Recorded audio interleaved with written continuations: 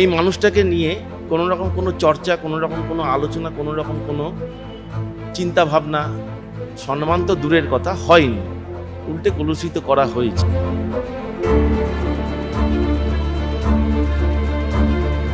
এটাও ইতিহাস যে ৪৬-এর দাঙ্গাটা মুসলিম লীগ দ্বারাই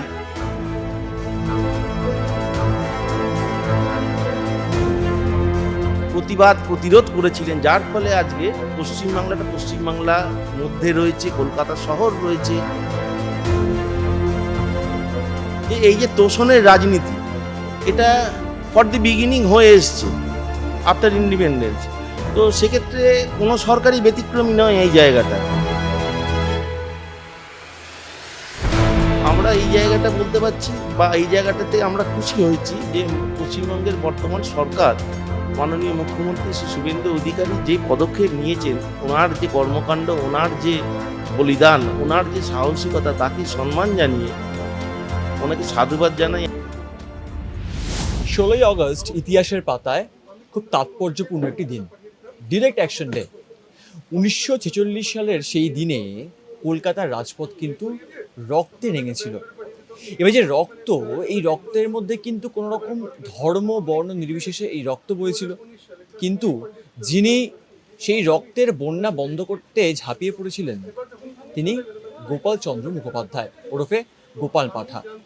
16ই আগস্ট সেই ফিরে দেখা তার কাহিনী। তিনি অনেক কিছু করেছেন, কি কি করেছেন যা হয়তো এখনো মানুষ জানেন না, সেটাই আজ শুনবো তার নাতি শান্তনু মুখোপাধ্যায়ের থেকে। নমস্কার, আপনাকে এই সময় লাইভে স্বাগত। আজ থেকে স্বাধীনতার 1 বছর আগে তখন গোপাল মুখার্জির যা অবদান ছিল এবং সেখান থেকে দাঁড়িয়ে এখন বর্তমানে রাজ্যে পরিবর্তন হয়েছে। আমরা দেখেছি রাজ্যের মুখ্যমন্ত্রী তার নামে রাস্তার জন্য বলেছিলেন এবং সেক্ষেত্রে কি রাস্তাও তার নামে নামাঙ্কিত হয়েছে। অন্যদিকে দাঁড়িয়ে বারংবার এই বক্তব্য সামনে আসতো যে তাকে নিয়ে তৈরি করা যে সিনেমা দ্য বেঙ্গল ফাইলস, তা প্রাক্তন মুখ্যমন্ত্রী মমতা বন্দ্যোপাধ্যায় সরকার কোনোভাবেই সেটা স্ক্রিনিং করতে দিত না। যাদবপুর বিশ্ববিদ্যালয়ে আজকের দিনে দাঁড়িয়ে সেই ছবি চলছে এবং গৌরবে চলছে। কিভাবে দেখছেন? দেখুন, রাজনৈতিক একটা পরিবর্তন পশ্চিমবাংলায় হয়েছে, এটা সবাই দেখেছে, আমি আপনি সকলেই। তো তার সাথে সাথে অনেক রকমই পরিবর্তন হয়েছে, অনেক প্রতিবন্ধকতা, সেই প্রতিবন্ধকতাগুলো থেকে মানুষ বেরিয়ে অনেক কিছু স্বতঃস্ফূর্তভাবে করতে পারছে, হয়তো সেই সময় করতে পারতো না। তবে আমাদের এই যে অনুষ্ঠানটা আমরা বিগত 7 বছর ধরে পরিচালনা করছি 16ই আগস্ট স্মরণে, এইটা নিয়ে আমাদের কোনো রকমভাবে আমাদের লোকাল পিএস থেকে আমরা কোনো অসুবিধে বা কোনো রকম কোনো বাধার সম্মুখীন হইনি গত বছর পর্যন্ত। তো এবছরও তো আমরা সেটাও উদযাপন করছি বা সেই দিনটাকে স্মরণ করছি। আর আগামী দিনে কি হবে না হবে সেটা আমি রাজনৈতিক ব্যাখ্যায় আমি যাব না।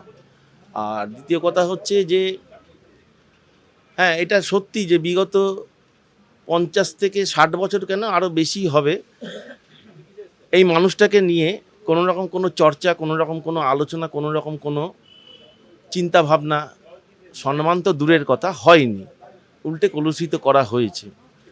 এক একজন এক এক রকমভাবে এক এক রকম দৃষ্টিভঙ্গিতে সেই মানুষটাকে তুলে ধরেছে জনগণের সামনে। যথাযথ এই মানুষটি কি করেছিলেন 46-এর দাঙ্গার সময়, কোন ব্যাকগ্রাউন্ড থেকে উনি আসছেন, এসে তার যে কি কর্মকাণ্ড, সেই জিনিসগুলো অনেক মানুষের কাছেই অজানা। কিন্তু 46-এর দাঙ্গার ইতিহাসটা আজকের ডেটে সোশ্যাল মিডিয়ার ইয়েতে বা নানান বইয়ের মাধ্যমে অনেকের কাছেই আজকে এটা খুব চেনা এবং জানা। সকলেই আজকের ডেটে 46-এর দাঙ্গার কি হয়েছিল ইতিহাসটা সকলেই জানে। তো সেটা নতুন করে আমার আবার বলার কিছু নেই।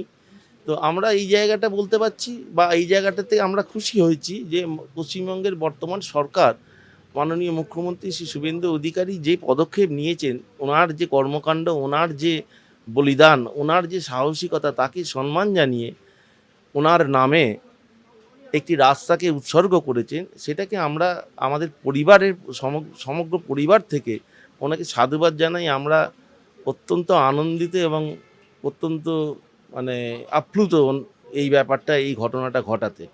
এবং হয়তো এই ঘটনাটা বা এই সম্মানটা হয়তো ওনার হয়তো আরও আগে পাওয়া উচিত ছিল। তো জানি না, হয়তো রাজনৈতিক অরাজনৈতিক কারণ থাকতে পারে, কোনো রাজনৈতিক দল সেই জায়গাটা দৃষ্টিপাত করেনি। যে অন্যদিকে কিভাবে- বারংবার এই বক্তব্যটা সামনে আনা হয় যে ভারতের অন্যতম হিন্দু রক্ষক হচ্ছে গোপাল মুখোপাধ্যায়। সেখান থেকে দাঁড়িয়ে বারংবার বিজেপির তরফেও নির্বাচনের আগে যখন রাজ্যে তৃণমূল কংগ্রেসের সরকার ছিল, এই বক্তব্যকে রাখা হতো যে একজন হিন্দু রক্ষককে মমতা বন্দ্যোপাধ্যায় সরকার সেই অর্থে সম্মান দেননি, আপনারা তার পরিবারের অংশ, আপনারা তার পরিবারের মানুষজন। এই বক্তব্যটাকে আপনি দেখুন, কিভাবে দেখছেন? ব্যাপারটা হচ্ছে গোপালচন্দ্র মুখার্জি, উনি